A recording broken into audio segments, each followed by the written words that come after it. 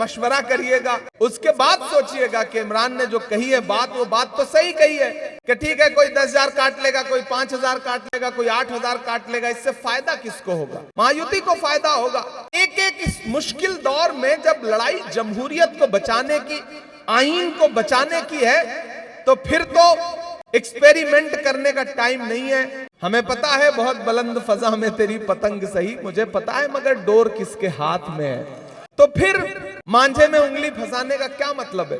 कोई मतलब नहीं। सच बता रहा हूं, दिल से कह रहा हूं, खुदा को हाजिर नाजिर जान के कह रहा हूं। लेकिन सच्चाई यह है कि बहुत सारी बातें खामोशी से कह करके दरगुजर कर दिया जाता है कि ठीक है, दुकान चलाने वाले अपनी दुकान थोड़ा बहुत चलाते रहें, क्योंकि उनका मकसद हारना जीतना है ही नहीं। एक सौदा है, उस सौदे में थोड़ा बहुत फायदा हो जा रहा है, लोग अपना फायदा उठा ले रहे हैं, बस उतने के लिए ही वो कर भी रहे हैं, उससे ज्यादा कर